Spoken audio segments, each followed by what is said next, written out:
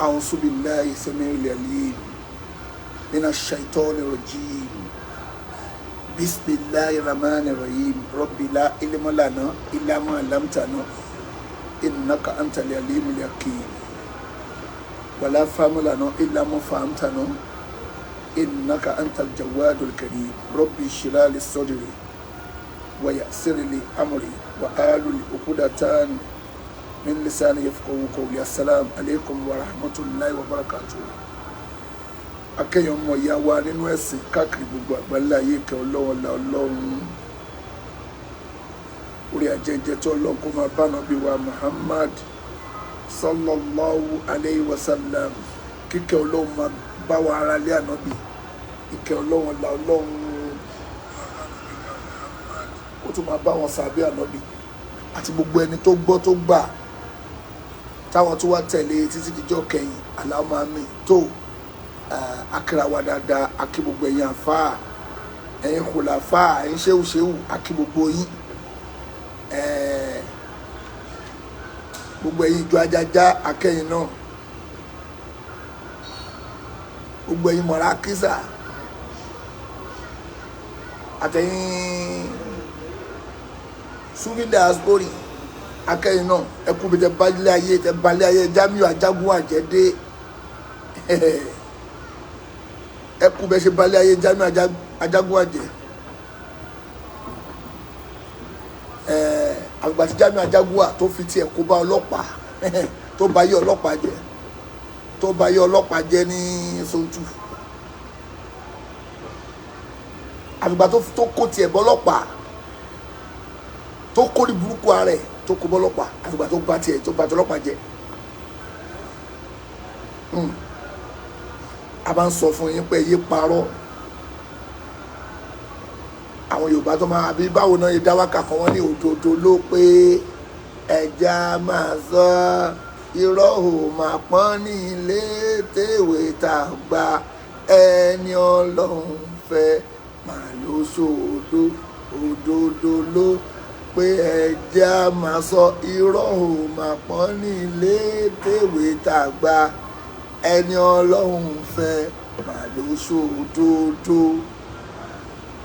Irọ́ tẹ̀ ń pa ẹ̀ máa pa lọ ẹ wo ibi tó ń já sí gbogbo ara tẹ́ náà fẹ́ máa dá ọ̀rọ̀ ẹ̀rọ pọ̀rọ̀ ló ń já sí sìn ó ti ń já sọ́rùn báyìí ọ̀rọ̀ ló ń já sí fún yín tẹ́ bá ṣe ń ṣe pé fẹ́ dára wàá máa já sọ́rùn gbogbo ète yín ẹ wo ibi tó ń já sí Jamiu Ajagunwa ti Salo àmọ́ ibi tó wà àwọn ọlọ́pàá wà káàkiri báyìí o òun ló parọ́ pé Saheed Shittu ọlọ́pàá ti ń wá ẹ Jamiu ọlọ́pàá ti ń wá ẹ káàkiri gbogbo Nàìjíríà tó bá ti mú ẹ wọ́n wá ẹ lọ́sọ̀gbọ̀ wọ́n wá ẹ l'Abuja ọlọ́pàá Abuja wá ẹ ọlọ́pàá Òṣogbo wá ẹ ó ti wá di Mr. Wanted Jamiu Ajagunwa èmi ni wọ́n sọ wípé wọ́n sọ fún mi pé òun wá èmi pé tí n bá wá Nàìjíríà ti gbóná mímì ok wọ́n wá Nàìjíríà sí máa fi ẹ mọ́nu wò bí òkété máa fi ẹ mọ́nu Nàìjíríà tó wà ẹ̀ màá wá rí i pé màá bá àyà ò tó bẹ́ẹ̀ ọlọ́pàá ti ń wá ẹ̀ wọ́gán ti mọ̀ wọ́n ti ń wá ẹ̀ káàkiri gbogbo Nàìjíríà ẹ̀ tó ti mọ̀ bẹ́ẹ̀ wọ́n ti ń wá ẹ̀ wọ́gán mọ̀ ó ti ń sá káàkiri báyìí nù Ajagunwa ń sá kiri báyìí nù ọlọ́pàá ń wá àwọn ọlọ́pàá fẹ́ mú Jamiu Ajagunwa ń sá kiri àwọn ọlọ́pàá fẹ́ mú Jamiu ẹ̀yin ìyàwó ẹ̀yin bàbá wa ẹ bá wa share program mo fẹ́ play àṣírí kan fún yín lẹ́nu tó ti tú fẹ́yìn tẹ́ kí n ka newspaper mo fẹ́ play àṣírí fún yín Jamiu ti bà ayé àwọn ọlọ́pàá jẹ́ ó ti bà ayé ọlọ́pàá kan jẹ́ ọlọ́pàá yẹn wọ́n tì mọ́lé bó ṣe wà yẹn kò sú ọ̀ pé iṣẹ́ ò ní bọ́ lọ́wọ́ ọlọ́pàá yẹn ibi tá à ń bá kéèsì ẹ̀ lọ lọ́wọ́ yìí ọlọ́pàá tó gbé kéèsì wọ kóòtù ayé ọlọ́pàá yẹn ti bàjẹ́ àgbà Jamiu Ajagunwa bàtà ayé ọlọ́pàá jẹ́ newspaper ti gbé news ti gbé ó rí kí ni news ṣé wò ó rí lórí saviour so lọ́wọ́ mbẹ́ lọ́ka fúnra ẹ̀ pẹ̀lú ọ̀rọ̀ ayé àti bàbá ẹ̀ kò yìnbó lọ́ka fúnra ẹ̀ wà bá lórí kí ni saviour so bàbá káàkiri táwọn èèyàn ń ṣí ẹ̀ lórí ti Jamiu ti àgbà tí Jamiu bá ayé ọlọ́pàá kan jẹ́ ọlọ́pàá tó bá wọn gbé kéèsì wọlé Jamiu ṣe fídíò lórí ẹ̀ kó sọ tó ṣẹlẹ̀ sọ fáwọn ọjọ́ ajájá àtàwọn dẹdẹwù rẹ̀ àtàwọn elétekéte táyé gbogbo ìjọ bàjẹ́ papọ̀ pé n tó ń ṣẹlẹ̀ rí ẹ sọ fáwọn èèyàn tó ń tẹ̀lé yín lẹ́yìn pé ẹ ti bà yé ọlọ́pàá kan jẹ́ o ẹ bá wa share program yẹn ìyàwó ẹ̀yin bàbá wa ẹ jọ kí wọ́n play voice yẹn ẹ share dáadáa ẹ bá wa share ẹ bá wa pín káàkiri gbogbo orí platforms ẹ pín kiri báyìí Jamiu ti bàjẹ́ o àtàwọn tọ́jọ́ ń tẹ̀lé ra wọn gbogbo àwọn irú àwọn ajá tó ń gbó gbogbo àwọn tọ́jọ́ ń ṣe àmàyàmà àwọn yẹn ò gbádùn wọn sick ni o wọn sick of upstairs làwọn fẹ́ máa ń pè wọn ní sòdodo láyé òdodo ẹyọ kan báyìí kò ní já ìlẹ́nu wọn láyé tó máa fi kú láéláé tó máa fi ṣe kí ni o tí wọ́n èkú òdodo kọ̀ọ̀kan ní já ìlẹ́nu wọn gbogbo àwọn yẹn náà dẹ̀ ti mọ̀ pé onírọ́ ni wọ́n àwọn yẹn náà wá wò ẹ̀ àti o lè sọ̀rọ̀ kan jáde kó má parọ́ wọn wá tí wọ́n bá wọn defend rọ gbogbo yẹn ti mọ̀ wọn lónírọ́ even lẹ́gbàá olórí burúkú lẹ́gbàá olórí burúkú tọ́jọ́ ń ṣe òun gan ó ti dòpùrọ̀ ó ti irọ́ ti báyé yẹn jẹ́ débi pé kò mọ̀ pé òun ti kó inú súná o irọ́ ẹni lẹ́gbàá ń ṣe láìfù lọ́wọ́lọ́wọ́ báyìí ẹni tó bá mọ̀ kọ́ táìpù fọkọ́ sọ fún pé lẹ́gbàá búra sí pé Jamiu Adegunwa orí òdodo ló wà Mala Yusuf orí irọ́ ló wà kó búra sí kò ní bù kò ní sọ bẹ́ẹ̀ láíláí pé tó bá parọ́ kí bínú Ọlọ́run bá àtòun náà kí bínú Ọlọ́run bóun kò ní sọ àpẹẹrẹ tó máa fi mọ̀ pé olórí burúkú nìyẹn jẹ́ kí mi tún tún ara bu ibi tí mo wà yìí arọ́mù nínú hòtẹ́ẹ̀lì mi wà inú hòtẹ́ẹ̀lì tí mo wà arọ́mù ni Kaaba rí lọ́kọ́ yìí Kaaba òun rí lọ́kọ́ yìí lọ́kọ́ mi inú hòtẹ́ẹ̀lì tí mo wà arọ́mù ni tó bá jẹ́ pé Mala Yusuf ló ń ṣàbòsí tèmi náà wá ń sọpọ́tì wọn bí àbòsí tó ń ṣe kí n má rí ọnu Ọlọ́run tí màá fi jáde láyé mi ìkúnlẹ̀ gbéra mi ṣépè torí Mala Yusuf tó bá jẹ́ pé Mala Yusuf ló ń ṣe àbòsí tí mo wá ń sọpọ́tì wọn lórí àbòsí tó ń ṣe tákùn Mala Yusuf ló ń parọ́ àwọn náà wá lọ gbé àwọn náà lọ mú captain náà sọ fún captain pé kí captain ṣe báyìí pé kó ṣe fídíò tó wá kó Mala Yusuf ló pé kí captain kó máa parọ́ mọ́ Jamiu tèmi náà dẹ̀ mọ̀ àbótí ẹ̀ rí bẹ́ẹ̀ rárá kí n má kó yọnu Ọlọ́run ṣé máa gbéra mi ṣépè lórí rọ lẹ́gbàá yà búra bẹ́ẹ̀ pé Mala Yusuf tún búra wọ́n tún ṣe fídíò wọ́n búra wọ́n ṣépè Jamiu àti gbogbo ẹ̀yin àti ìwọ lẹ́gbàá àti gbogbo yín tẹ́jọ́ ń ṣe fídíò tẹ̀dẹ̀ mọ̀ pé lórí burúkú Jamiu tẹ̀ wá ń kin lẹ́yìn gbogbo yín ẹ̀ ní kò yọnu Ọlọ́run àlùbáríkà ọlá àti tóbi Ọlọ́run ọlọ́run Ọlọ́run mi ì tí wọ ìrámù ṣépè fún yín mo ti fi ṣépè fún yín lẹ́yìn mo yìí tún máa tún wọ̀ máa lọ sí Kaaba máa lọ ṣépè fún yín máa ti máa wọ tí máa ti wọ ìrámù yẹn máa tún ṣépè fún yín máa tún pọ́sì ẹ̀ o bá máa láìkẹ́ wàhálà àti ẹ̀ nìyẹn kò kémi fi mílẹ̀ máa gbé yín ṣépè mbẹ̀ tó tọ́ ni máa tún wọ ìrọ́mù máa tún wọ aṣọ ìrọ́mù yẹn máa tún fi ṣépè fún yín torí pé ẹ fẹ́ bà ẹni ẹlẹ́ni lórúkọ jẹ́ ni gbogbo irọ́ tẹ máa ń pa mọ́yàn gbogbo ẹ̀yin tẹ̀ ń di irọ́ téèyàn ṣe léyàn lórí ẹ̀ ní kò yọnu Ọlọ́run papọ̀ gbogbo yín rẹ̀ ní rí yọnu Ọlọ́run tẹ máa fi já ìláyé gbogbo ọ̀rọ̀ àrà tẹ bá ní ẹ fẹ́ máa dá báyìí ọ̀rọ̀ lá máa já sí fún yín ẹni kí olórí burúkú wèrè tó pé ẹ ní àtọ̀mùtọ̀mù wí ẹni kó búra pé Mala Yusuf ló ń parọ́ kó búra sí ẹni ó bọ́ta kó bọ́ta bẹ́ẹ̀ kó wá búra pé yes Mala Yusuf ló ń parọ́ o àwa la ń parọ́ pé àwọn gbogbo àwa pípù àwa la ń parọ́ kó wá búra ẹ bá wa share program yẹn ẹ̀yin bàbá wa ẹ bá wa share dáadáa màá play voice àwọn èèyàn kan bèèrè lọ́wọ́ Mala Yusuf pé ṣé Mala Yusuf ti rí ohun tó wà nù newspaper ṣáyìn náà ti rí Jamiu àtùgbà tó bá dayé ọlọ́pàá jẹ newspaper yẹn wo newspaper yẹn rí o kìíní ó ti mọ́lẹ̀ jù kò ní jẹ́ kí ráyè rí mọ́ ó wà lórí news o orí news gbé àwọn reporter wọ́n lọ sí ọ̀dọ̀ àwọn ọlọ́pàá wọ́n lọ gba report lórí kéèsì yẹn lẹ́yọ kọ̀ọ̀kan wọ́n lọ wo iṣẹ́ ti já Jamiu ò ní ṣe oríire àti gbogbo ẹ̀yin tẹ́jọ́ wà papọ̀ ẹ̀ níjọ́ rí ọ̀nà Ọlọ́run àlùbáríkà ọlá àti tóbi Ọlọ́run ọlá àánú Ọlọ́run àṣírí yín ti tú àdèmà tú lọ ni ọ̀rọ̀ yẹn àṣírí ti tú gidi ni jẹ́ n play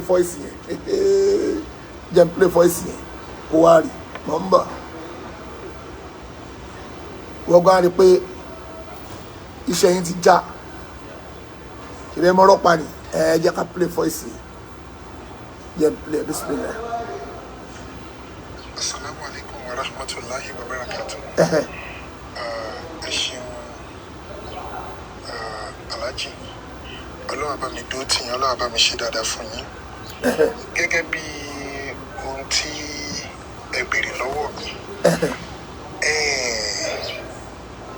àwọn Adegunwa ó clear wípé gbogbo nǹkan tí wọ́n bá ń sọ òpùrọ́ ni wọ́n. bẹ́ẹ̀ ni. Ayé ò ṣe mọ̀ yẹn. bẹ́ẹ̀ ni bàbá. Torí wípé tí mo bá sọ nǹkan nígbà tí mo ṣe episode 5 oríṣiríṣi àlàyé ni mo ṣe síbẹ̀. bẹ́ẹ̀ ni bàbá. tó bá jẹ́ wípé ẹ láǹfààní láti wo episode 5 yẹn tán mo ti ṣàlàyé gbogbo nǹkan síbẹ̀ tó ti clear pátá tí ò tiẹ̀ rújú. Ṣùgbọ́n nítorí wípé alábòsí ni wọ́n máa pa irọ́. Ṣẹ́ẹ̀dẹ̀ mọ̀ wípé tẹ́lẹ̀tẹ́lẹ̀ mi ò kì í sábà fẹ́ sọ̀rọ̀ kó tó di báwọn èèyàn wá ní dáadáa o. ẹ sọ eléyìí dáadáa o. Mo gbọ́dọ̀ máa ṣàlàyé àwọn. ẹ bá wa ṣíà programu yẹn, ẹ bá wa ṣíà ìyàwó ẹ bàbá wa, ẹ bá wa ṣíà ẹ dáadáa. tó ń bọ̀. ẹ bá wa ṣíà programu yìí dáadáa ìyàwó ẹ bàbá wa. àṣírí ti tú. mo ń sọ fáwọn èèyàn mo ní gbogbo àrà tí wọ́n ń dá ọ̀ràn ni wọ́n ń dá. ọ̀ràn ló ń já sí bàbá. gbogbo àrà tí wọ́n ń dá ó ń di ọ̀ràn sí wọn lọ́rùn ni. bẹ́ẹ̀ni. ẹ wo bí mo ti ṣàlàyé nípa case tí wọ́n gbé lọ sí Federal High Court. Inú mi dẹ̀ dùn lé ní wípé màá fi àǹfààní ìṣàlàyé in tó wà níbi news tó jáde lánàá. Wọ́n kàn pè mí wọ́n ní kí n lọ wo orí website Premium Times. Unfortunately for me ó bọ́ sásìkò ìgbà tí mò ń bọ̀ láti trip tí mo make. Mo wà lójú ọ̀nà from Lagos to Ibadan, so mo láǹfààní tí ò sí pé bóyá nìkan lè disturb mi. Mo dẹ̀ farabalẹ̀ ká ṣe nígbà tí mo rí ó fọ́ ni torí pé gbogbo ohun tá a ti sọ síbẹ̀ tá a ti sọ fáwọn èèyàn ní episode 5 tá a sọ ohun gangan ni àwọn Premium Times ni wọ́n wá confam tí ò rújú. Kódà nǹkan míì táwọn ò sọ jáde wọ́n confam ẹ̀. Allahu Akbar. bó ṣe sọ ni wọ́n gbé jáde wọ́n ní police detained officer for secretly filing charge against academic funder and others. That was November 17. Lánàá ni others tí wọ́n sọ yẹn ohun tí wọ́n file lọ sí Federal High Court. Muhammad Yahya Al-Barika, Yusuf Adepoju Odimeji, oníyàwó mẹ́ta, Afa Abdulhakeem Mudashiru Odimeta. Number 4, Engineer Mubarak Adepoju.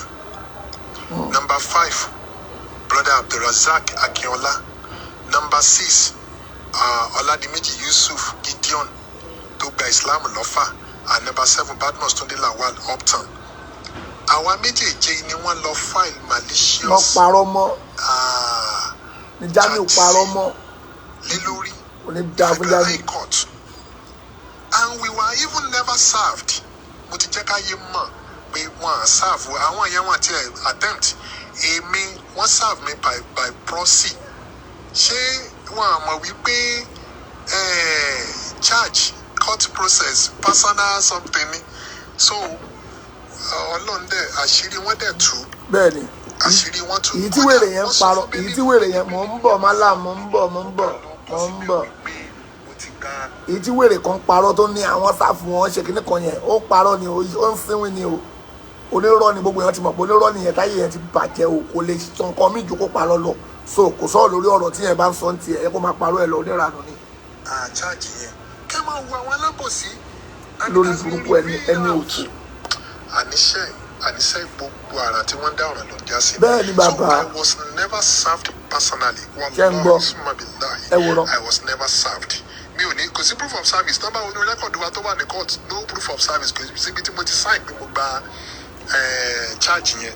So Ọlọ́run kọ́kọ́ mú wọn kọ́kọ́ lulẹ̀ níbẹ̀ yẹn ná. Ẹ wá máa wò wọ́n ní ọlọ́pàá wọ́n ti àwọn ọlọ́pàá wọ́n ti police ọ̀kan náà àwọn ọlọ́pàá ara àwọn kàdánù rẹ̀ sì nìyẹn o wọ́n tì mọ́lé wọ́n arrest ẹ̀ wọ́n dẹ̀ detain ẹ̀ pẹ̀lú iṣẹ́ aburú tó ṣe yẹn ẹ mọ iye owó táwọn Adegunwa ti ná ni Adegunwa confirm fún captain lórí fóònù wípé I have spent over 7 million naira. Owó yẹn kéré kò tó nǹkankan yẹn kéré. Mo ti náwó tó pọ̀ náà, mo ti ná over 7 million lẹ́yìn ọ̀pọ̀lọpọ̀ gbèsè tó wà lọ́rùn ẹ̀. Ó ti jẹ gbèsè tí ó jẹ 2 something. Ó ní 256 million ló wà lọ́rùn mi. Tẹ́ bá dẹ̀ rántí nígbà àkọ́kọ́, ó ní mo fẹ́ ta, ó lóun fẹ́ ta mọ́tò òun torí kò jẹ́. Òun fẹ́ fi sọ́nù gbèsè. Òun ní gbèsè 300 million. Ó wá ní òun fẹ́ ta mọ́tò ní 6 million naira. Bẹ́ẹ̀ ni bàbá. Wàláhì, àwọn tí wọ́n bá murder sleep, they will never know peace again. Wọ́n ní rí. Tẹ́lẹ̀tẹ́lẹ̀ mo ní sùúrù ni for 12 years ni mo fi ń ṣe sùúrù. Tí arákùnrin Adegunwa ètò ti bẹ̀rẹ̀ sí clapbasti mi, defame mi, libel, slander. Àwọn dunsis tán pariwo l'Amẹ́ríkà ní UK ni tí wọ́n àdá kan mọ̀ Malam Yusuf ló kọ́ dá wà lálẹ́ pé wàhálà ọ̀kọ̀ọ̀kan bẹ̀rẹ̀ Adegunwa náà ni because òun ló bọ́ síta tó ní mo stage manage òun ló bọ́ síta tó ní mo gba 2.9 million lọ́wọ́ àwọn èèyàn òun ló bọ́ síta tó ní mo rán ẹnìkan kó wá dá wá sí òun rú so téèyàn bá fa wàhálà dandan ni kó rí wàhálà ẹ wá máa wẹ́ jẹ́ kí n wá ṣàlàyé tó wà níbi news àti Premium Times pé very very sweet and palatable àṣírí wá tún sí àbáṣírí òtún àṣírí tuntun pépà ti gbé. Wọ́n ní the police have detained one of their officers in Lagos on an allegation of filing charges surreptitiously against the founder of the Academy of Islam Propagation. Wọ́n ní àwọn ọlọ́pàá ní zone 2 ti gbé ọlọ́pàá wọ́n ti mú ọwọ́ ti tẹ̀ tó bá àwọn Adegunwa rò dán. Ọwọ́ tẹ ọlọ́pàá tó rò dán. Ẹ̀ tí ì mọ̀ tí so àwọn kan sọ pé mo ń bọ̀ ẹ̀jẹ̀ ń tọ́nu ojú kí ni. Wọ́n wá sọ níbi news yẹn pé no investigation preceded the filing of the charges. It was also alleged àwọn ọlọ́pàá ò ṣe investigation kankan wọ́n à invite mi invitation kan wà tí wọ́n lọ ṣe arúmọjẹ tí wọ́n sẹ́ẹ̀dì sí mi kí n fi wá ó dẹ̀ lọ́jọ́ náà bí mo ti dé bàbá wọn ní kí ló kàn pẹ̀lú ilé àwọn kan ló lọ ṣe invitation ó dẹ̀ ní ta fi ló dálé lórí màá padà sọ fún lítà tí bá rántí. Wọ́n wá ní the officer ìyẹn ọkùnrin tí wọ́n mú yẹn tó bá àwọn Adegunwa àrò idẹ yẹn. Bẹ́ẹ̀ ni bàbá. Whose name was withheld wọ́n padà dárúkọ ẹ̀ náà nínú news tó jáde yìí. Wọ́n ní he is being detained at his zone 2 command headquarters of Nigerian police. Ibẹ̀ ló wà tí wọ́n ṣàgbékalẹ̀ information tí mo wá sọ jáde. Ta ló fún wa ní information yẹn? Now Premium Times gangan ìwé ìròyìn ẹ ṣàmọ ẹ mọ Premium Times Nàìjíríà wọ́n wá kọ́ńtàtì the public relations officer PRO ti command Hawa Idris wọ́n lè ló confam ẹ̀ fáwọn wípé the officer has been arrested and ó dẹ̀ wà ní detention lọ́wọ́lọ́wọ́ àsàlítàm táwọn kọ news yìí kábíyèsí ọlọ́run wọ́n wá ní PRO ọlọ́pàá ìgẹ́ wá describe conduct ìṣẹ̀lẹ̀ yẹn as grievous tó burú jù láwùjọ ni ṣe rí wípé àwọn pípù yìí àwọn náà ń ba ilé ayé jẹ́ àwọn náà ń ba àwùjọ jẹ́ àwọn pípù yìí wọ́n á ní ìbẹ̀rù ọlọ́run wọ́n dẹ̀ ti invite ìbínú ọlọ́run lera wọn lórí. Ó dẹ̀ ti dórí wọn. PRO describe the conduct as grievous. Wọ́n wá ní the arrest and detention of the police officer followed a petition addressed to the police by an human rights mo fẹ́ wá gbogbo ọ̀rọ̀ yẹn jáde kí máa tú ẹ̀ wá. by the human rights monetary agenda. Àṣírí wọn ti tú àwọn olórí burúkú ẹ̀dá. Èwo ni wọ́n ń ṣe máa sọ̀rọ̀ lọ à ń gbọ́ ẹ̀. Mo fẹ́ máa gbé bí ọ̀rọ̀ yẹn gangan jáde kí máa tú ẹ̀ jáde kẹ́ máa rí. Right kan lẹ́kọ̀ọ́ kọ́lọ̀ kó bá mi ṣe dáadáa fún wọn ajàfẹ́tọ̀ ọmọ ènìyàn àwọn ni wọ́n. Kìnìún má ṣe báyìí kẹ́ má sọ̀rọ̀ lọ. Ajàfẹ́tọ̀ ọmọ ènìyàn àwọn ni wọ́n dìde tí wọ́n petition zone 2 tó petition àwọn ọlọ́pàá pé eléyìí ò dáa. àríbàjẹ́ kan tẹ̀ ṣe ní kóòtù ẹgbẹ́ ẹjọ́ sí ilé ẹjọ́ láì pe àwọn tí wọ́n fi ẹ̀sùn kàn láì rí wọn bá sọ̀rọ̀ láì gba statement wọn. kò yẹ kó rí bẹ́ẹ̀. àbòsí ìbílẹ̀ náwó láìláìlá àwọn petition ọlọ́pàá yìí ló wá bí research tí àwọn Premium Times ṣe wọ́n kà kún abuse of power from the police. Now gẹ́gẹ́ bí tó wà ń bẹ̀ wọ́n dẹ̀ ṣàlàyé pé ẹjọ́ yẹn wà níwájú ní court lọ́wọ́lọ́wọ́ báyìí. Petition wọ́n wá ṣàlàyé wọ́n expand wọ́n wá ní nínú petition tí àwọn kọ sí àwọn ọlọ́pàá tí Umar kọ Human Rights Monitoring Agenda tẹ́ bá wo Human Rights Monitoring Agenda yìí àwọn tí wọ́n wà bẹ́ẹ̀ pọ̀ bàbá wa mo ti rí ṣíọ̀fù Falana wà bẹ́ẹ̀ Senior Advocate of Nigeria Dr. Muiz Banire Senior Advocate of Nigeria Barrister Leka Alabi wọ́n wà bẹ́ẹ̀ and so on and so forth wọ́n kọ lẹ́tà yẹn ní 7th of November sí àwọn ọlọ́pàá wọ́n lè ṣàlàyé àbúrò tí àwọn Adegunwa pẹ̀lú ìfọwọ́sowọ́pọ̀ àwọn ọlọ́pàá tí wọ́n jọ ṣe láti gbé ẹjọ́ yẹn lọ sí kóòtù. Wọ́n wá ní nítorí orújù wá ní wípé gbogbo tí wọ́n wá gbé lọ sí kóòtù yìí ọ̀gá ọlọ́pàá pátápátá ní zone 2 wọn àmọ́ sí. káyì ẹ jẹ́ gbọ́. Gbogbo àwọn ọ̀gá lọ́gàá ní zone 2 oníkan Lagos wọn àmọ́ pẹ́.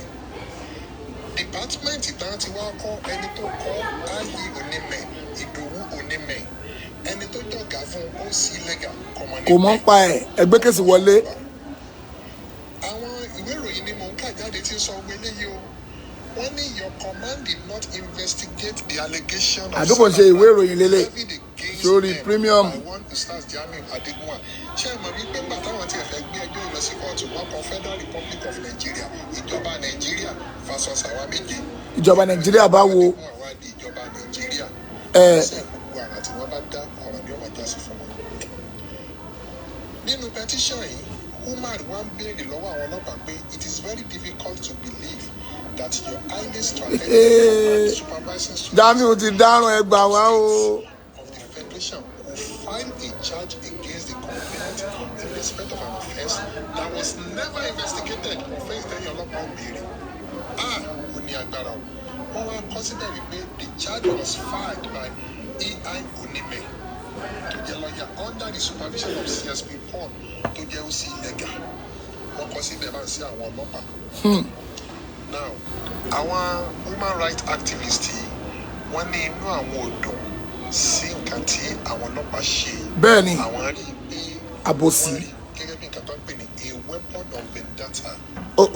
weapon of vendetta bí ìgbà tí aburú ẹja pè láburú kámọ̀ tí wọ́n rọ̀ mí fún wọ́n ṣe aburú tó sì ti tako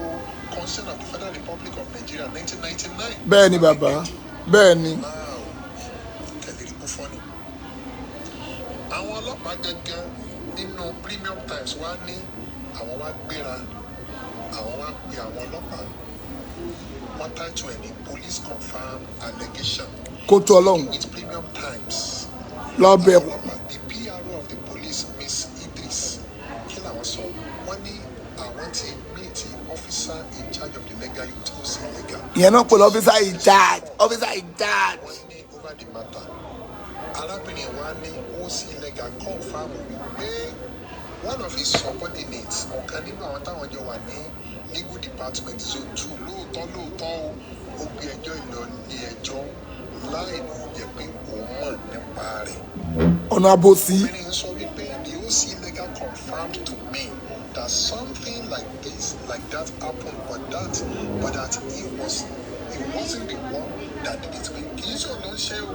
òun ò dẹ̀ mọ̀ nípa ẹ̀. àìwá mọ̀ nípa rẹ̀ ẹni yẹn ó máa dá face music ẹni ó máa dá jẹ ìyá rẹ̀ ní. Now ó tún wá confirm wípé I have just told you an action has been taken and we are the legal unit is putting one of those things together to see how to make peace. So wọ́n ti gba iṣẹ́ wọn lọ. Ó sì lẹ́gà wá láti sọ fún obìnrin yẹn wá láti sọ fún Premium Times pé I can tell you that even up to now the officer is still in detention. Ó sì wà láti mọ̀lẹ́ lẹ́yìn ìgbà táwọn ti arrest. wọ́n ti ọlọ́pàá mọ́ inú ọgbà ẹ̀wọ̀n. Because the unit was worried. lórí ọ̀rọ̀ Jamiu Adegunwa. But why you will go and do such a thing without letting your boss know such a grievous act? Aburú táwọn Adegunwa ń ṣe lórí ilé ayé pọ̀. Aburú tí àwọn Adegunwa ń perpetrate ó pọ̀. Láti lọ dẹ́rù kaba yẹn wò wọ́n fìyà jẹ ní. Láti lọ dẹ́rù kaba yẹn wò ọlọ́run tí wọ́n ti tọrọ ìbínú ọlọ́run. ìbínú ọlọ́run ni. Now bí ó ṣàṣì jẹ́ nìyẹn o. Kódà àwọn oníwèrò yẹn láwọn lọ ọ̀dọ̀ Adegunwa àwọn dẹ̀ ṣe interview fún nínú interview rẹ̀ tí mo rí ọ̀pọ̀ àwọn ọ̀rọ̀ lóríṣiríṣi kíní kan Adépọ̀jù gbé mi lọ kóòtù rí ní Kwara ó ṣe wá òkú bàbá sàṣọ àwọn mìíràn tí ó máa wá bí nìyẹn. So in short níta àṣàrí ní ìsinmi wípé zone 2 àwọn ọlọ́pàá wọ́n ti confam pé lóòótọ́ ni wọ́n ṣiṣẹ́ aburú tí wọ́n gbé ẹjọ́ lọ sí kóòtù láì ṣe investigation láì gba statement. láìláìlá Allah. àṣírí Adegunwa wá tú àbí òtú. ó tú o. àṣírí àwọn tó ń support Adegunwa wá tú àbí òtú. ó tú o. the diasporic doses. àwọn diasporic doses. wọ́n máa di ọ̀ràn yóò máa di ọ̀ràn náà ni wọ́n tún ti wá ṣe ìmí lẹ́yìn ẹ̀ bí mo ṣe ń bá yín sọ̀rọ̀ lọ́wọ́lọ́wọ́ ẹ̀ ṣùgbọ́n atọ́jú ẹ̀ pamọ́ ó nígbà tí bá dé episode 6 kí n tún tó yá àwọn èèyàn sí. wọ́n tún ti ṣe mí tòótọ́ ni àṣírí irọ́ ẹ̀dẹ̀ ti tú ìyẹn tún ní agbára. wọ́n ti tẹ kíní kan ní ìlú wọ́n ti order sleep and wọ́n ní rí àlàáfíà mọ́. kò ní rí. alábìkúndínlá ti láì ọlọ́run bá mi dúró tì ẹ ṣeun. Assalamu alaikum wa rahmatullahi wa barakatuh. Jazakumullahu khairan. Wàyíàkùn tó sẹ́yìn náà gbọ́. Jamiu wáyé ẹ̀ bó ṣe bàjẹ́ lóde. Ajagunwa wáyé ẹ̀ bó ṣe bàjẹ́. mi ò mú kíní mi ò tiẹ̀ mi ò ráyè di gbogbo ẹrù mi ti máa ń di àwọn equipment mi ò kó. Jamiu wáyé ẹ̀ lóde. Jẹ́ ń pa máa kélé kí n lo ẹyọ kan tí mò ń lò lọ. Ajagunwa wáyé ẹ ní òde sí ọ̀la máìkì kan ti stop o nọ́mbà ẹ má bínú.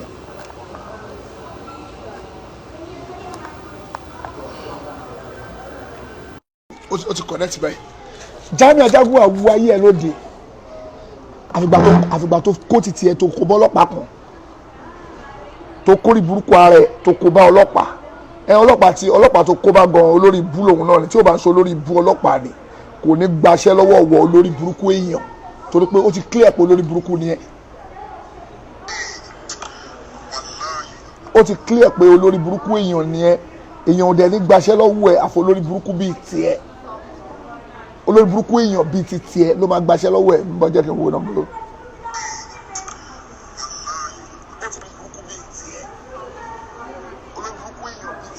olórí burúkú èèyàn ló máa gbaṣẹ́ lọ́wọ́ ẹ̀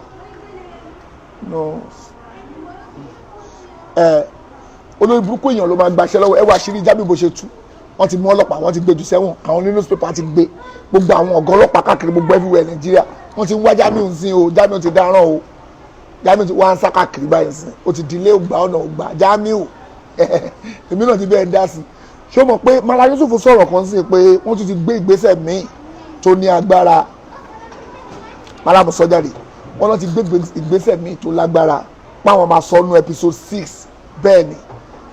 inú ọ̀ràn míì tán dá yẹn wọ́n tún forúkọ tèmi sí wọ́n jó irọ́ mọ́ mi ń bẹ̀ Jamiu ohun tí mi ò ṣe tẹ́ ń parọ́ ẹ̀ mọ́ mi gbogbo yín àtọmọ tẹ́ fi parọ́ gbogbo yín máa ṣẹ̀wọ̀n wárí gbogbo irọ́ tẹ̀lé wò kẹ́pa gbogbo yín máa ṣe ẹ̀wọ̀n ẹ̀ ní bọ́m̀bẹ̀ èmi ti dá sí o ti fèmí sínú ẹ̀ ti fèmí náà sí ẹ̀ no wonder tó ń pariwo káàkiri pé Saheed Shittu ìwọ ò ṣe dúró tó bá jẹ́ pé mo mọ̀ pé ń wá mi Nàìjíríà tí n bá sá lọ kí n máa jèrè tí ó bá jẹ́ pé mo ti ẹ̀ fíìlì kankan pé Jamiu ti gbégbèsè kan mi ti kó Nàìjíríà tó mi ti dé lóyìnbó tó ọmọ ni mo ẹ̀sẹ̀ ń gbọ́ pé ẹ plan aburú kan èmi ò mọ̀ wàláì mi ò mọ̀ ṣùgbọ́n tiẹ̀ ti wá bàjẹ́ o sórí irọ́tẹ̀ lọ́hún mú jọ yẹn àti gbogbo yín tẹjọ ń including wo májẹ gbé ẹ lébẹ̀tọ̀ gbogbo yín ti dá ọ̀ràn ńlá ṣe bí wọ́n lẹ pa àwọn ọ̀gá ọlọ́pàá ti bá wa tójú bọ̀ wọ́n dẹ̀ rí gbogbo irọ́ tí a fẹ́ pa ẹ gbọ́dọ̀ mú proof ẹ jáde tí a fẹ́ dirọ́ mọ́yàn ẹ kó proof jáde lórí irọ́ tí a fẹ́ pa mọ́yàn yẹn tẹ́ ẹ bá ti wá ní proof ayé yín bàjẹ́ sí ní every day by day ṣé o ti gbọ́ kí ni wọ́n wí kí lórí burúkú kan wí mí bàtà táwọn èèyàn sọ àgàfẹ́ sọ́dọ̀ ẹ̀ kò ní dáa fún yàrá ìyá ẹ̀ kò ní dáa fún àwọn àfáàyín tó ń jọ yín lójú kò ní dáa fún wọn. àwọn àfáàyín include bàbá ẹ̀ kò ní dáa fún lórí burúkú ọmọ àlè bàbá ẹ̀ tó fi ṣe background bàbá ẹ̀ ni máa bù tó bàbá ẹ̀ òkú ẹlẹ́kọ̀ọ́ ẹ̀sìn bàbá ẹ̀ bí bàbá ẹ̀ ni kò ní dáa fún bàbá ẹ̀ yìí kò ní dáa fún bàbá ẹ̀ tó fi ṣe background kò ní dáa fún kò ní ṣe oríire ayé bàbá ẹ̀ tó fi ṣe background kò ní dáa fún kó bá lè dùn ẹ́ dáadáa ọmọ àlè kò ní dá bàbá onísúfì bàbá ẹ̀ tó gbé sínú kíní ẹ̀ kò ní dá fún olórí burúkú bàbá ẹ̀ Tìjàníyà kò ní ṣe oríire ṣé ó dùn ẹ̀ sìn láyé ẹ̀ ò ní wá táìpù lórí platform bàbá ẹ̀ yìí kò ní ṣe oríire bàbá ẹ̀ tó bí ẹ̀ ò ní kúre ní dá bàbá ẹ̀ jẹ́ wá blọ́ọ̀kì ẹ̀ sìn lórí burúkú láyé ẹ̀ ò ní wá sí platform àwọn abó ìbú ìgbà ẹ̀ mọ́ bàbá ẹ̀ ò ní ṣe oríire mo ti blọ́ọ̀kì aláya ẹ̀ kò ní dá bàbá ẹ̀ lọ́gbọ́n mo ti gbé abẹ́ ẹ̀ ṣe pé bàbá ẹ̀ ò ní kúre tó bá kúre kò tún ṣe kí ni kò tún ní sùn re ìyẹn ló máa dùn ẹ́ jù lọ́gbọ́n mo ti kó bàbá ẹ̀ tó ń fa tẹ̀sùbá onísúfì ìwé yẹn kò ní dá bàbá ẹ̀ tó bá ti kú kò ní dá fún lọ́nà ọ̀run torí olórí burúkú ni kò kó ẹlẹ́kọ̀ọ́ pé Islam ọ̀rìjínà lélẹ̀ tó bá lẹ́wà láyé olórí ibú ni kò ní dá fún ó di sáfù èpè mo ṣe fún lépè ìwọ tó jọ́mu ẹ̀ kó lórí burúkú ni ẹ ayé yín kò ní jọ dàpọ̀ wàá bèbú yálà yẹ ò ní ṣòro rẹ place ẹ má bọ ebú mi o má bẹ ebú mi wàá fún ẹ lépè ni ó lè máa mú ẹ àbúrí ẹ dàrú wàá ń bèbú lórí platform títí wà kí ni àbórí yín dàrú ni ṣé ẹ̀yin ò rí pé irọ́ làwọn Jamiu ń parí ó rí àṣírí irọ́ yín ti tú àwa dúpẹ́ fọlọ́hún adúpẹ́ fọlọ́hún àṣírí gbogbo irọ́ yín onísúfì ni olórí burúkú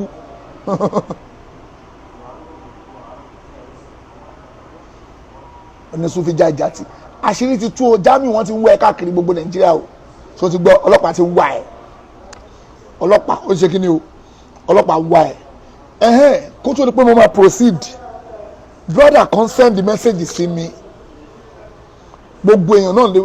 ẹ mọ̀ pé mo máa ń pariwo pé mi ò ń fúnyàn phone number mi má pè mí ò mọ múdù sí mo wà má pè mí mi ò dẹ̀ kí n fúnyàn phone number mi pé fóònù mi ò fúnyàn personal number mi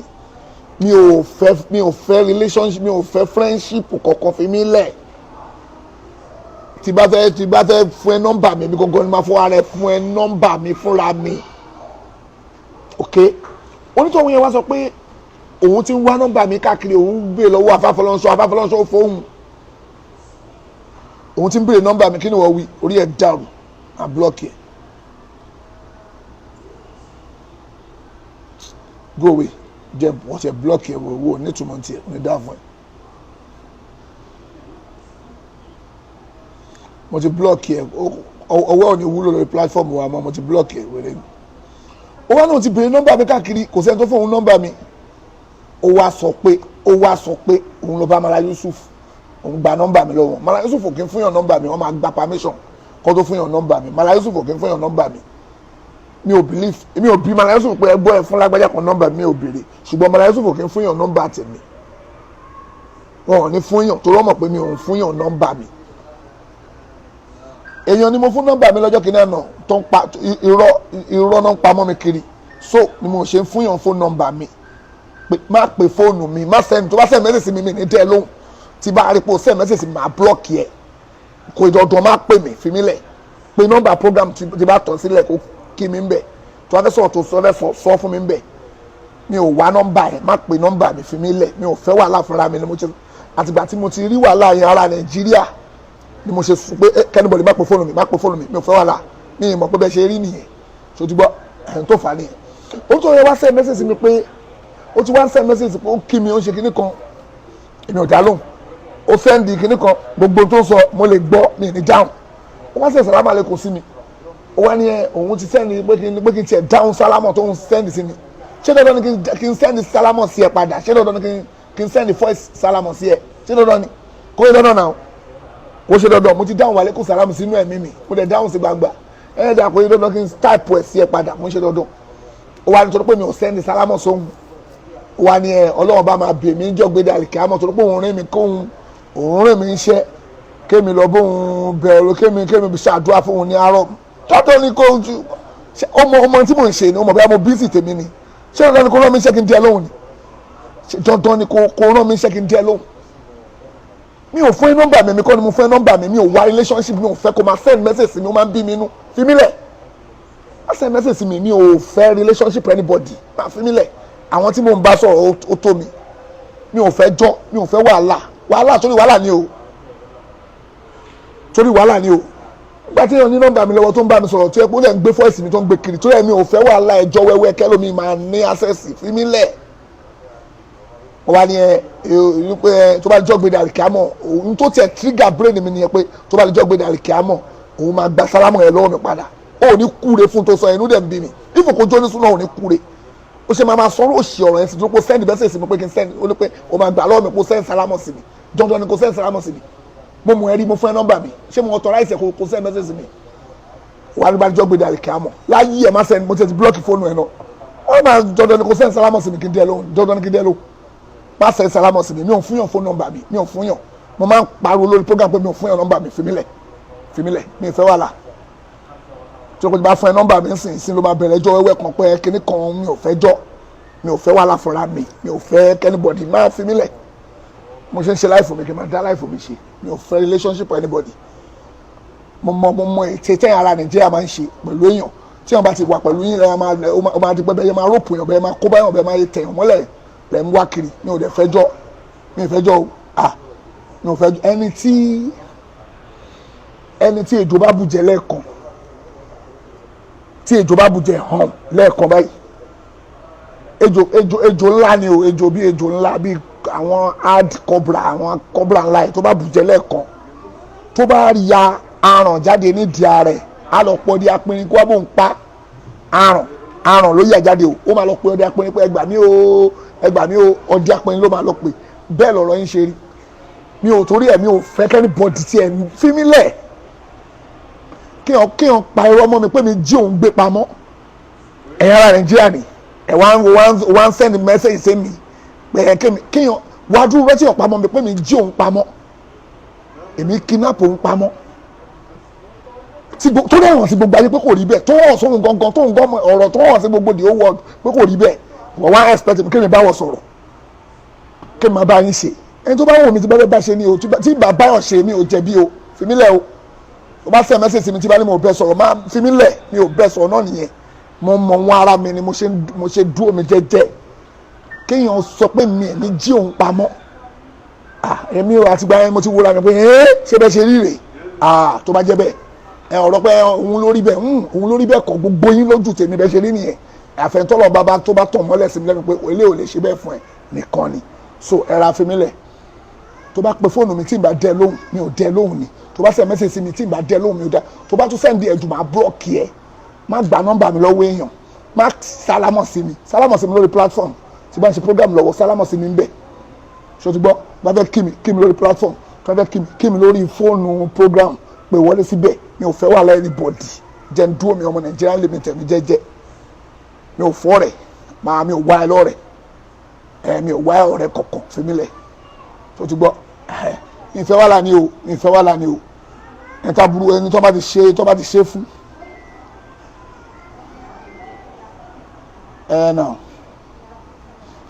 ẹni tó bá ti ṣàbúrú fún lẹ́ẹ̀kan tóun náà bá rí ààrẹ á ti mọ̀ pé àwọn ò fẹ́ wàhálà èmi ò fẹ́ wàhálà fúnra mi ò lè mọ̀ ń rán ẹjọ́ wẹ́wẹ́ táwọn wèrè ẹlẹ́bọ máa tún máa wá rán ẹ onírọ́ tá tún máa parọ́ mọ́ mi tá máa jórọ́ mọ́ mi tí àwọn máa jórọ́ mọ́ mi mi ò trust anybody tó bá ti báwọn èèyàn ṣe jù àwọn máa kàn máa jórọ́ mọ́ ẹ akọ̀ ti parọ́ mọ́ ẹ lè fi pé kíní kan ẹjọ́ ń ṣe ní o ẹjọ́ òkè o Mala Yusuf pẹ̀lú captain tọ́jọ́ ń sọ̀rọ̀ wòran o nígbà tọ́rọ̀ jáde ń sìn ẹ wòran o wọ́n wo bóyá on the 7, 8, 9, 10, 11, 12 bóyá on the 13 nìyẹn wọn ti ẹ̀ bára wọn sọ̀rọ̀ rárá ó wá dé on the 14 gbogbo ọ̀rọ̀ tún lọ àwọn olórí burúkú yìí wọ́n sọ pé on the 13 yẹn Jamiu ń parọ́ pé on the 13 yẹn náà plan kan fẹ́ pa òun Jamiu bọ́tà kò wá fi jọ ẹ̀ búra pé on the 13 yẹn náà plan kan fẹ́ pa ẹ̀ bọ́tà pé tó bá parọ́ kí gbogbo ohun tó bá dáwọ́lé kó bàjẹ́ mọ́ ẹ lójú bọ́tà kó wá búra rú ẹ̀ kí ni ò lè ṣe láàrin èmi àti irú yín náà tó ń send message mi tí n bá dé lóhùn ìjọ ti bá wá dé lóhùn gbogbo ọjọ́ tó kù nǹkan tẹ̀ ìfijọ́ sọ̀rọ̀ ẹ ti plan nǹkan báyìí mi ò fẹ́ wà láfúnra mi mo ń careful fúnra mi ọlọ́run tọ́lọ̀ bá ń ṣọ́ ìwọ náà ṣe kí ni ṣọ́ra ẹ̀ mi ò tẹ̀ fẹ́ kẹ́ni bọ̀dọ̀ tó máa ní Baba Saheed kí náà iná tún rí dé bẹ́ẹ̀ àwọn èèyàn máa ń pè mí lórí program Baba Saheed ẹ̀yin lẹ́ tún fà á ṣé tọmọ yẹn ò tí tó kọ́ yín lẹ́kọ̀ọ́ ni ìyẹn náà ti tó mi ìfẹ́ kẹ́ni bọ̀dọ̀ máa sọ pé ṣé tọmọ yẹn ò tí tó kọ́ yín lẹ́kọ̀ọ́ ẹ̀kọ́ aburú tọmọ yẹn ṣe fún yín ṣé kò tí tó yín èlé tó wá ṣẹlẹ̀ ń sìn ẹ̀yin gan apá gan ṣé gbogbo ẹ̀ náà ni àwa di pé Baba Saheed ṣé gbogbo ẹ̀ náà ni ẹ̀yin náà gbogbo ìgbà lẹ́nu lẹ́ máa ń right ṣé gbogbo lẹ́ máa ń right káti ẹ̀ gbà pé tọmọ yẹn irọ́ ni kí gbogbo wa mọ̀ pé eléyìí ń kọ́ Baba Saheed gan ẹ̀yin gan ẹ wò ó ọ̀rọ̀ yín gan fẹ́ yé wa mọ́ mi ò fẹ́ wà tó rẹ̀ mọ́ mi ò fẹ́ jọ díẹ̀ máa rán ẹjọ́ àwọn afẹ́ ẹlẹ́bọ̀ lọ mi ò tún fẹ́ rán ẹjọ́ kìnnìkan èmi àti ẹwájọ plan kìnnìkan mo wá bá sọ kìnnìkan ok ẹni kò gbé ọjọ́ yẹn jáde ìtajọ sọ́njọ́ yẹn ó ti delete ẹni bẹ́ẹ̀ ni torí ẹ̀ mi ìyá fẹ́ wàhálà fúnra mi fi mí lẹ̀ o ti gbọ́ mi ò fẹ́ wàhálà ni o mi ò fẹ́ wàhálà fi mí lẹ̀ má pè mí dẹ̀ má send message sí mi gbogbo ẹni tí a fẹ́ message ti máa ń rí mo máa ń rí message yìí mi ò ń dáhùn ni tí bá ṣe pé o ti wá kọjú máa blọ́ọ̀kì mi ò kò ṣe pé bóyá mo wò pé ojú ọmọ ìlú kan àbójú ọmọ ìlú kan racist kọ́ ni mo ṣe fi mí lẹ̀ má send message sí mi tí o ti gbọ́ o bá send láti America mìíràn díẹ̀ ló o bá send láti London mìíràn díẹ̀ ló ẹni ìlú mìíràn díẹ̀ ló fi mí lẹ̀ kò ṣe pé ojú ọmọ ìlú kan ni mo ṣe mi ìfẹ́ wà láfúnra mi ni mi ò fẹ́ jọ o mẹ́sẹ̀gì kọ́ ni Mala Yusuf mẹ́sẹ̀gì captain kọ́ ni Mala Yusuf gbà tó ń rẹ́spọ́ndì sí kọ́ ló di wàhálà sí wọn lọ́rùn yìí àbí mẹ́sẹ̀gì kọ́ ni ṣé mẹ́sẹ̀gì kọ́ ni captain tún wá ń confirm pé kò rí bẹ́ẹ̀ o òun lòun ṣe kínní ìfúnra òun o òun lòun ṣe ọ̀ràn yìí òun lòun dọ́ràn yìí fúnra òun o ẹ wo ibi táwọn àwọn kí lórúkọ ẹ yọ lọ sí ọ ní láéláé àwọn ajagunwa sí pé Mala Yusuf náà ló pọ́n ọjọ́ ṣe ni captain confirm pé òun lòun ṣe ó tún búra Mala Yusuf ń búra gbogbo ẹ̀bọ̀n ń búra àwọn Jamiu tún twist ẹ̀ pé irọ́ ni torí pé wọ́n ní táwọn fẹ́ ṣe gbogbo èèyàn mọ̀ pé irọ́ ni o gbogbo èèyàn mọ̀ pé irọ́ ni Jamiu ń pa o but ó ti ní táwọn fẹ́ ṣe táwọn ti plan pé báwo la ṣe lè gbé Mala Yusuf yìí báwo la ṣe lè gbé Mala Yusuf yìí wẹ̀ wọ̀n tí ò dẹ̀ lè possible fún yín láéláé àwọn ìrandíran yín kọ̀ọ̀kan tó bẹ́ẹ̀ àfẹ́tọ́ fẹ́ sórí burúkú nù yín tọmọtọmọ gbogbo yín ayé gbogbo yín máa bàjẹ́ ní papọ̀ èyàn olórí burúkú àfẹ́tọ́ fẹ́ sórí burúkú tọmọtọmọ tẹ bí tara nù yín ayé gbogbo yín ò ní dà ẹ̀yin ẹni òfò ẹni àdánù ẹni mo ń lọ Mẹ̀dínà lé ní inshallah bọ́lọ̀ ń bá fẹ́ mo ti ní kọ́ bá mi lọ búùkù à ń tẹ́ láti búùkù train mi ò wọ plane train lè máa wọ̀ mo tún lọ tí bá ní mò ń jayé mi lọ ayé náà mo ń jẹ òpònú kan sọ pé èmi náà mi ń jayé pé ṣáyé lọ́sọ̀ ń jẹ ní ayé náà ń jẹ ní àbíyàn lọ ṣe bá dà wàhálà tiẹ̀ nìyẹn èmi ń jayé mi lọ nìyẹn mo ń jẹ ayé mi lọ́wọ́ ni ó ké mi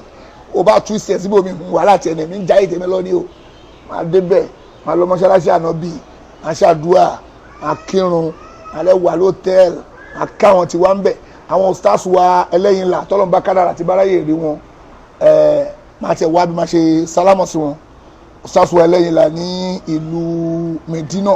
àwọn àfáà wa àgbà gbogbo àwọn àfáà wa àgbà nílùú Medina láṣẹ Ọlọ́run lé ní bọ́lọ́mbà fẹ́ mo ń bọ̀ wá kí gbogbo ẹ̀yin àfáà máa dé mo máa wà ń bẹ̀ ní èní ọ̀la ló bá dijọ́ Monday ni máa kúrò màá wá tẹ́ ọ láti sálámọ̀ sí ní yunifásitì yín láṣẹ Ọlọ́run tọ́lọ́mbà táyé bá gbà mí ni o màá wá sálámọ̀ sí ní yunifásitì yín inshallah kọ́lọ̀ máa ṣe ṣe ní ìrọ̀rùn kọ́lọ̀ máa ṣe gbàdúrà gbogbo wa gbogbo ẹ̀yin tí ẹ pé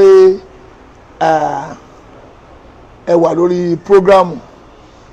mo kí gbogbo yín àdúrà gbogbo yín kọ́lọ̀ ń jọ máa ṣe bá wa gbà o gbogbo ntẹ́yìn náà ń fẹ́ kọ́lọ̀ ń jọ máa ṣe bá wa ṣe fún yín gbogbo ẹ̀yin brothers wa sisters wa osùbùrẹ́mọ̀ ṣe máa fi múra yín sí December àbẹ́fẹ́ máa bọ̀ báyìí ẹ̀pọ̀ ó di on the 29 on the 28 ni máa kó ibẹ̀ inshallah 28 mo ti sọ déètì mi fún ẹ kó yá ẹ ti pé British government pé Saheed Shittu illegal immigrant ẹ bá wa dé mọ́lẹ̀ kó tó bá fẹ́ wọ airport ẹ mú mọ́lẹ̀ ọlọ́pàá tí ì mi mọ́lẹ̀ dè sí kò ní dáfín aláya yẹn onírọ̀ osùbùrẹ́mọ̀ alájà àyọkà kí ló dé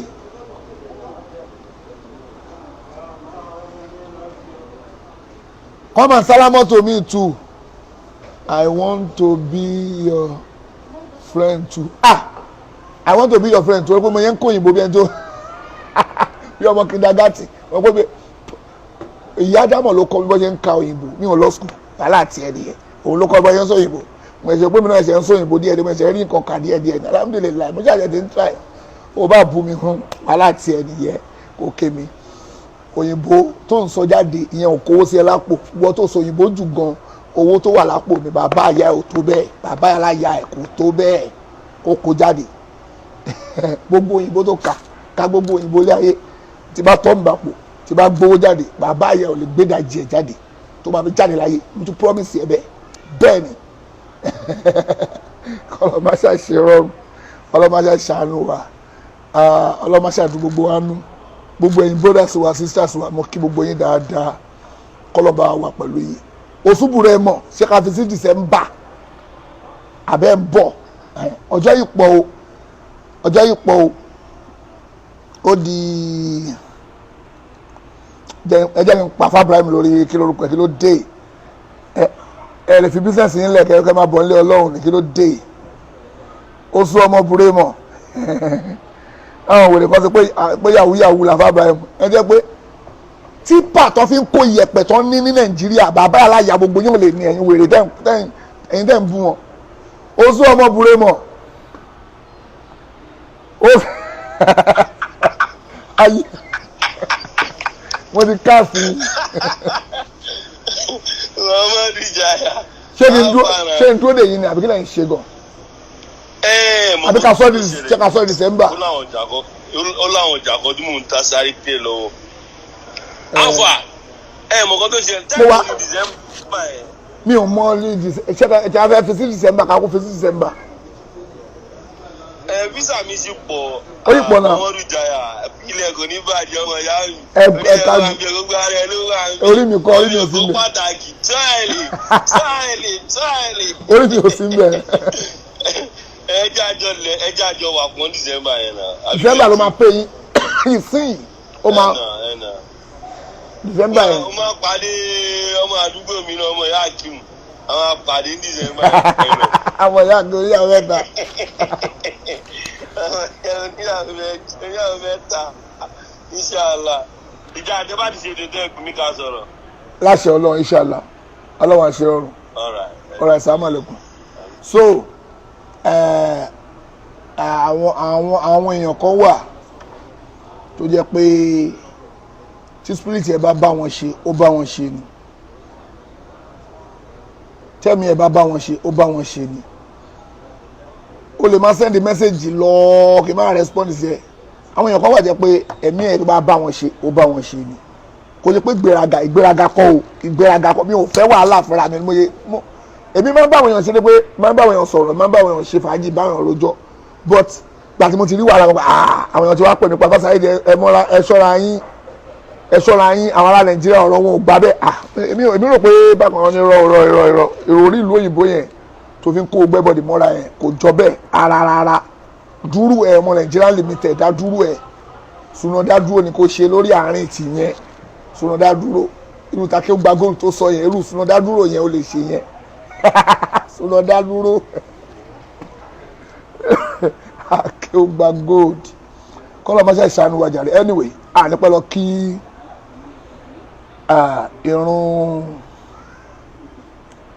irun zoro láìpẹ́ yìí sìn mo máa kú omi báyìí láṣẹ ọlọ́mbọ́lọ́mbà fẹ́ ní ọ̀sán yìí máa wá lọ a máa kí zuri àtàsírí papọ̀ ti wà nítorí mo ní láti lọ sí Medina mi ò lè dúró aago mẹ́ta ní tírẹ̀nì yẹn ló máa jẹ bọ́ọ̀lù ń bá fẹ́ mi dẹ̀ tí di báàgì mi mo ní láti lọ di báàgì mi sílẹ̀ láti fi lọ ọlọ́mọṣẹ́ ìṣèrọ̀rùn gbogbo ẹ̀yin tí ẹ pé ẹ̀ ń jẹ̀ràn àdúrà tẹ́ ń tọrọ pé ká ṣàdúrà fún yín ọlọ́mọṣẹ́ ìgbàdúrà yín irú ẹni tó ní pé alájà wa Mariam ń sùn ọlọ́mọṣẹ́ ìgbàdúrà wọn alájà wa Ayọ̀ká ọlọ́mọṣẹ́ ìgbàdúrà alájà wa Ayọ̀ká náà gbogbo everybody tó wà lórí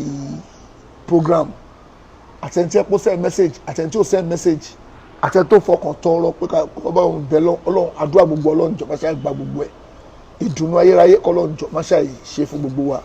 ìbínú ọlọ́run kọ́lọ́run jọ máṣá gbé jìnnà sí gbogbo wa ìdùnnú kọ́lọ́run máṣá ṣe fún wa ìkọ́nú àwọn alájà wa wọ́n sunkún pé àwọn fẹ́ lọ sọ mí ní dárúkọ wọ́n náà fẹ́ lọ sọ mí ti kinní kan ní Amẹ́ríkà wọ́n wá ń ké sọ́lọ́run lọ́rùn gbogbo ẹ̀yin mùsùlùmí ẹjọ́ bá mi bẹ̀ ọlọ́run fún wọn kọ́lọ́run jọ fún ọ̀rọ̀ ìwé ìgbélu wọn ni kọ́lọ́run jọ máṣá ìjọ ṣeéṣe ọlọ́run jọ máṣá ìjọ ṣeéṣe ọlọ́run wọlé agbára wọlọ́run èèyàn mi tó súnmọ́ èèyàn mi ni wọ́n súnmọ́ mi gidi gan nú àwọn èèyàn dáadáa tó nífẹ̀ẹ́ program wa ìparí ni bọ́ ṣe ń sunkún pé àbáṣà ẹ̀rì kì í bá wọn sunkún wọ́n ti send message kan mo ti dáhùn wọ́n tún fẹ́ pé àní àfáṣà ẹ̀dà ni ẹ tún bá mi ṣàdúrà wọ́n ti bá wọn ṣàdúrà wọ́n tún repeat ẹ̀ pàdé again and again ọlọ́run jọ máṣá gbàdúrà yín ọlọ́run jọ máṣá gbàdúrà yín ohun tẹ́ ń fẹ́ ikọ́ ọlọ́run jọ máṣá ṣe fún yín ọlọ́run jọ má fi dà yín láàmú kọ́ ọlọ́run jọ máṣá bẹ́ẹ̀ ṣe máa owó tẹ́ máa fi ṣe gbogbo ọlọ́run jọ máṣá yàn dẹ̀ fún yín gbogbo ọ̀nà tẹ́ máa fi ṣe tí ò ní yé yín tẹ́ máa fi rí owó tẹ́ máa fi ṣe gbogbo ọlọ́run jọ máṣá ṣe fún yín ọlọ́run jọ máṣá ṣe fún yín ọlọ́run jọ máṣá ṣe fún yín àti gbogbo ẹ̀yin tẹ́pẹ́ ń jẹ ìran tẹ́ ń bẹ ọlọ́run kọ́ ọlọ́run jọ máṣá gbàdúrà yín ọlọ́run jọ máṣá gbàdúrà yín ọlọ́run jọ máṣá gbàdúrà yín àtẹ̀jẹ́ pẹ́ lómi wà tí o ti ráyè send message ọlọ́njọ́ máṣá ṣàánú yín àtẹ̀jẹ́ pẹ́ ráyè pẹ́ tí ẹ fẹ́ pèèyàn àbẹ́fẹ́ send message sí yàn pé kọ́ bá yín ṣe kọ́ bá yín kọ́lọ́njọ́ máṣá ṣe fẹ́yìn náà ẹlòmí ò ráyè send message ẹlòmí ò lè type ọlọ́run àgbàdua gbogbo alápapọ̀ gbogbo tí gbogbo wa ń fẹ́ kọ́lọ́njọ́ ṣe fún wa ọlọ́run ló mọ tí oníkàlùkù mi lè sọ pé ẹ̀yọ̀kan o ó lá kòkòrò ń ṣeun ẹ̀kan ní etí ń rò òun ẹ̀kan ní imú ń dùn òun ẹ̀kan ní ojú ń dùn òun ẹ̀kan sọ pẹ́sẹ̀ ń dùn òun ẹ̀kan sọ pé pajápajá máa ń mú òun mi ò lè máa rojọ́ gbogbo yẹn àdúrà gbogbo tí gbogbo wa ń ro kàn tá à ń bẹ ọlọ́run fún ọlọ́run jọ máṣá gbà ọlọ́run jọ máṣá ṣe fún gbogbo wa ọlọ́run jọ máṣá ṣe fún gbogbo wa ọlọ́run jọ máṣá ṣe fún gbogbo wa àwọn tó ń wá ìwé ìrìn àjò pé ìwé gbélu làwọn ń wá ń tà wọn ọlọ́run jọ bá wa yàn dẹ́ fún wọn ọlọ́run jọ máṣá bá wa ṣe fún wọn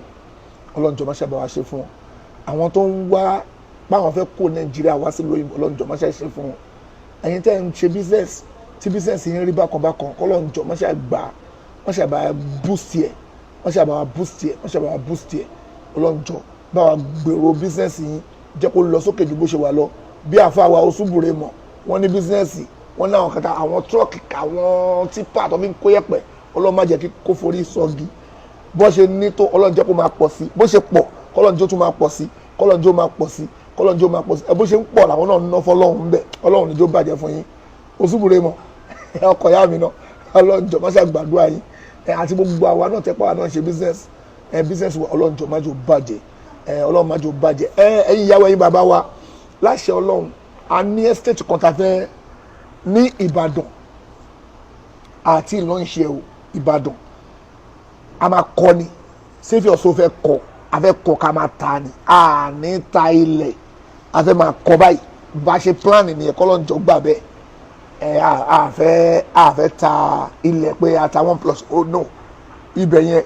a fẹ́ máa ta ni ilé kọ̀ọ̀kan but a máa ṣe design ẹ̀ jáde ara nǹkan tí ó gbé mi wá sí Nàìjíríà tí mo wá ṣe feasibility study fún business nìyẹn mo wà lẹ́kọ̀ọ́ mo wà l'Ábùjá wà Lẹ́kì wà ń bá lọ káàkiri ilé yẹn a fẹ́ máa kọ́ ká máa ta ni wò tí gbogbo àwọn èèyàn dẹ̀ máa rí tó máa wà pa gan ọlọ́mọṣẹ́ ìṣerọ̀rùn a fẹ́ talẹ̀ ilé la fẹ́ tà níbi bẹ̀rẹ̀ tàbí lè ti ta bẹ̀yẹn tàbí lè ti ta ilé a máa bẹ̀rẹ̀ láti máa ta àwọn míì ilẹ̀ wa míì náà lábá ṣe ń rà a fẹ́ máa kọ́ lọ ni kọ́lọ́mọṣẹ́ ìṣe ní ìrọ̀rùn ìtẹ̀síwájú kọ́lọ́mọṣẹ́ ìjọ máa bá gbogbo wa ọlọ́njọ́ jọ máa bá gbogbo wa gbogbo èròǹgbà dáadáa kọ́lọ́njọ́ jọ máa bá gbogbo wa ọlọ́run ní tá à ń fẹ́ kọ́lọ́njọ́ má ṣe máa ṣe fún wa èyí tá à ń fẹ́ kọ́lọ́ má fi ṣàdánwò